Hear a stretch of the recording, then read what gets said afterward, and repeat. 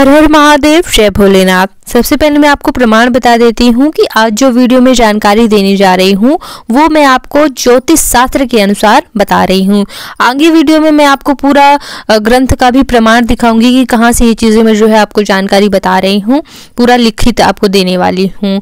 तो हुआ क्या, मेरे कुछ वीडियोज़ में जैसे कि गुरुवार व्रत के कई सारे वीडियो मैं दे चुकी हूँ, तो उन सभी वीडियोज़ में कई कमेंट्स आते रहते हैं कि हमारे 16 गुरुवार के व्रत हो चुके हैं लेकिन अभी तक हमारी मनोकामना पूर्ति नहीं हुई है, या फिर अब कई वर्षों से गुरुवार का व्रत कर रहे हैं और हमें कोई फल दिखाई नहीं दे रहे हैं। तो इसी संदर्भ में आज बात करेंगे कि क्यों मनोकामना पूर्ति में देरी होती है। तो बने रहेगा इस वीडियो में लास्ट तक। मैं हूं आपके साथ प्रियंका तिवारी। मेरे चैनल में आप सभी का बहुत बहुत स्वागत है। अगर ये वीडियो पसंद आए तो लाइक और शेयर कीजिएगा और चैनल पर पहली बार है तो सब्सक्राइब करना बिल्कुल मत भूलिएगा।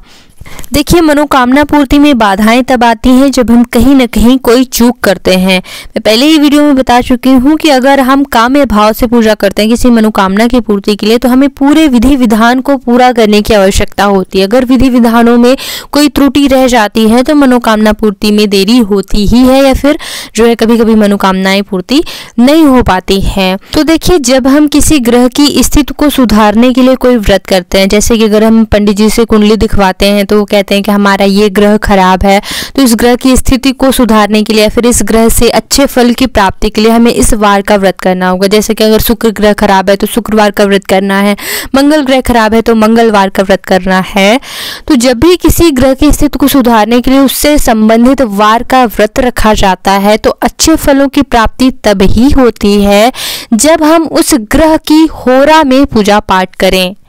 उस ग्रह से संबंधित जब उसी होरा में पूजा पाठ की जाती है तभी हमें उत्तम फलों की प्राप्ति होती है।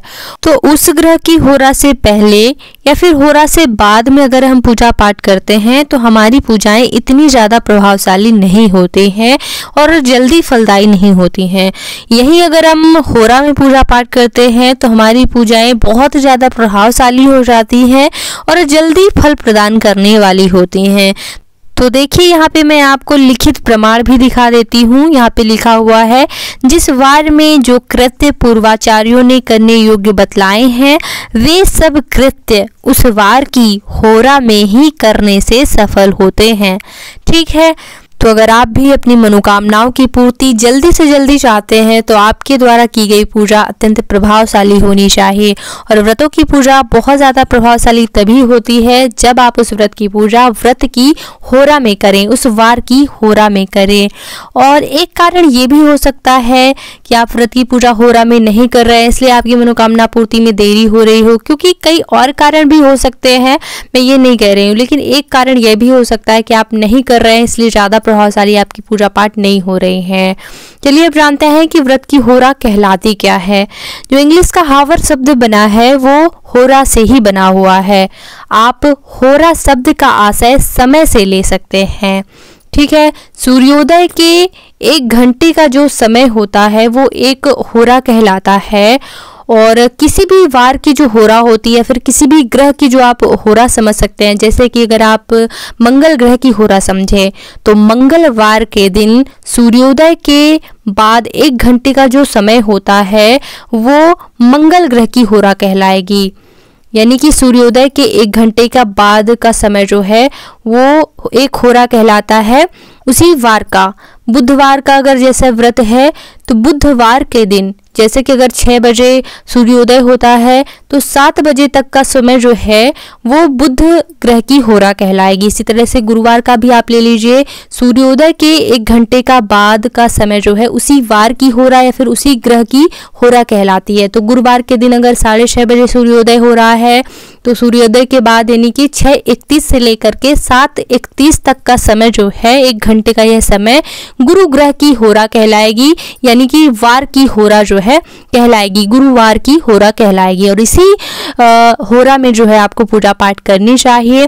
देखिए, वैसे तो हर एक दिन हर ग्रह की होरा आती है, लेकिन जो सबसे पहली होरा होती है वह उसी वार की होती है, उसी वार से संबंधित ग्रह की होती है। यानी कि सूर्योदय से पहली जो होरा होती होती है वो इसी वार से ग्रह से संबंधित होती है। और इसे आप आपातकालीन की स्थिति में मुहूर्त भी समझ सकते हैं, जैसे कि हम कई बार जो है मुहूर्त नहीं बनवा पाते हैं और ग्रहों से संबंधित कोई पूजा पाठ करवानी है, तो उस ग्रह की होरा में अगर आप पूजा करते हैं तो वो अच्छा मुहूर्त जो है माना जाता है। जैसे कि एक दिन पहले हम मुहूर्त नहीं दिखवा पाए तो उस ग्रह की होरा में हमको पूजा करनी चाहिए।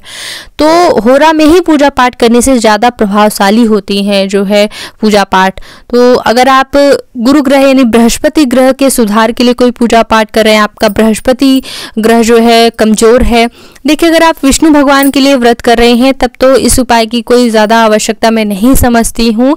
लेकिन अगर आपका बृहस्पति ग्रह खराब है, क्योंकि संतान की प्राप्ति, घर में अगर गरीबी है तो ये बृहस्पति ग्रह का कारक होता है। पति पत्नी में झगड़े हो रहे हैं तो ये जो है बृहस्पति ग्रह के कारण ही होता है। तो अगर आप बृहस्पति ग्रह की मजबूती चाहते हैं कि घर में दरिद्रता ना रहे, गरीबी ना रहे, तो आपको बृहस्पति ग्रह को जो है सुधार में लाना चाहिए, बृहस्पति ग्रह को मजबूत बनाना चाहिए।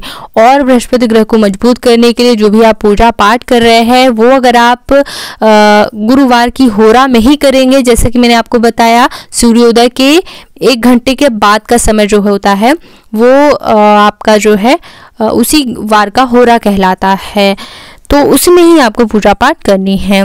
देखिए मैं पिछले कई वीडियो में भी आपको बता चुकी हूँ काम और निष्काम भाव की पूजा। जब हम निष्काम भाव से पूजा पाठ करते हैं तो कोई भी बात हमें ध्यान में रखने की आवश्यकता नहीं है, बिल्कुल हमें फलों की प्राप्ति होती है, भगवान प्रसन्न होते हैं। लेकिन जब हम काम भाव से यानी किसी मनोकामना की पूर्ति के लिए संकल्प लेकर जो है कोई व्रत करते हैं, तो संकल्प की पूर्ति के लिए, हमारी मनोकामना पूर्ति के लिए जो है हर एक विधि विधान को ध्यान में रखने की आवश्यकता होती है।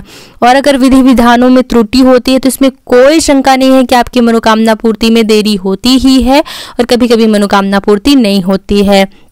ठीक है, लेकिन एक बात है, भले ही आपकी मनोकामना पूर्ति में देरी हो या फिर मनोकामना पूर्ति ना हो, लेकिन आपके व्रतों का पुण्य कहीं भी नहीं जाता। आपके व्रतों का पुण्य जो है वो संचित हो जाता है। भले ही आपको उस माध्यम से ना मिले जिस माध्यम से आपने मांगा हो, किसी और अन्य माध्यम से मिले, लेकिन आपके व्रतों का पुण्य आपको ज़रूर मिलता है। इस बात का आप ध्यान रखिएगा। और जैसे कि मैं आपको, अगर आप मेरे रेगुलर व्यूअर होंगे, मैं आपको बता चुकी हूँ कि 3 प्रकार के प्रारब्ध होते हैं। तो एक निम्न प्रारब्ध होता है, दूसरा मध्यम प्रारब्ध, तो ये मिटाए जा सकते हैं। थोड़ी बहुत परिश्रम से, थोड़ी बहुत तपस्या से जो है हम अपने ये प्रारब्ध जो है काट सकते हैं, अपने कर्मों के प्रभाव से काट सकते हैं, हमारा भाग्य बदल जाता है। ठीक है, और एक होता है बहुत ही कठोर प्रारब्ध, यानी कि ब्रह्मा की लकीर, जैसे कि विवाह से संबंधित या फिर जन्म मृत्यु से संबंधित बहुत मतलब ब्रह्मा की लकीर होते हैं। तो ऐसे प्रारब्ध को बहुत ही मुश्किल से काटा जा सकता है। उसके लिए निर्जला व्रत, कई मतलब दिनों के व्रत, महीनों के व्रत, जैसे कि माता पार्वती ने भगवान शंकर को पाने के लिए किए थे, ऐसे कठिन तपस्या करनी पड़ती है। तो वो कठोर प्रारब्ध होते हैं। लेकिन 2 प्रारब्ध हम काट सकते हैं, तो उनके लिए विधि विधान की आवश्यकता ज़रूर होती है। तो हमें विधि विधानों का ध्यान ज़रूर रखना चाहिए। तो उम्मीद करती हूँ कि आप सभी जो है व्रत की होरा में ही, यानी कि वार की होरा में ही पूजा करेंगे। जैसे कि ठंडी का सीजन होता है तो थोड़ा सा लेट सूर्योदय होता है, तो उसी तरह से जो है आप अंदाजा लगा लें कि अगर 6:40 पर सूर्योदय हो रहा है तो 6:41 से 7:41 तक का समय जो है गुरुवार की होरा कहलाएगी। तो उसमें आपको जो है पूजा पाठ संपूर्ण कर लेनी है। और ये अगर आप करते हैं निश्चित ही आपका बृहस्पति ग्रह मजबूत होगा। पीले वस्त्र पहनिए और जाप करना बिल्कुल मत भूलिएगा। अगर आप बृहस्पति देव के लिए व्रत कर रहे हैं तो ओम ब्रह्म बृहस्पतये नमः मंत्र जप अवश्य कीजिएगा। मंत्र जप में बड़ी ताकत होती है। आप मेरे वीडियो अगर कहीं देखेंगे, मैं हमेशा बताती हूँ, कई वीडियो में बता चुकी हूँ, मंत्र जप से जो है आपका व्रत और भी ज़्यादा शक्तिशाली हो जाता है, जल्दी मनोकामना पूर्ति होती है। तो इस तरह से आपको कुछ चीज़ों का ध्यान करते हुए जो है व्रत करना है। उम्मीद करती हूँ कि वीडियो आपके लिए उपयोगी रहा होगा। इसी तरह की महत्वपूर्ण वीडियोज़ मैं चैनल पर देखते रहा करिए, क्योंकि जो भी शास्त्रों ग्रंथों से पढ़ती रहती हूँ वही जानकारी आपको शुद्ध उपलब्ध कराती हूँ। और पंडितों के घर से ही बिलोंग करती हूँ, तो पूजा विधियां भी शास्त्रीय रीत के अनुसार ही करके दिखाती हूँ, तो त्रुटियों की संभावना जो है कम रहेगी। कई मैंने जो है वीडियो दिए हुए हैं गुरुवार व्रत से संबंधित, बहुत सारे, कम से कम 10-15 पूरी प्लेलिस्ट बना रखी, तो एक बार चैनल पे आइएगा, प्लेलिस्ट में चेक कर लीजिएगा।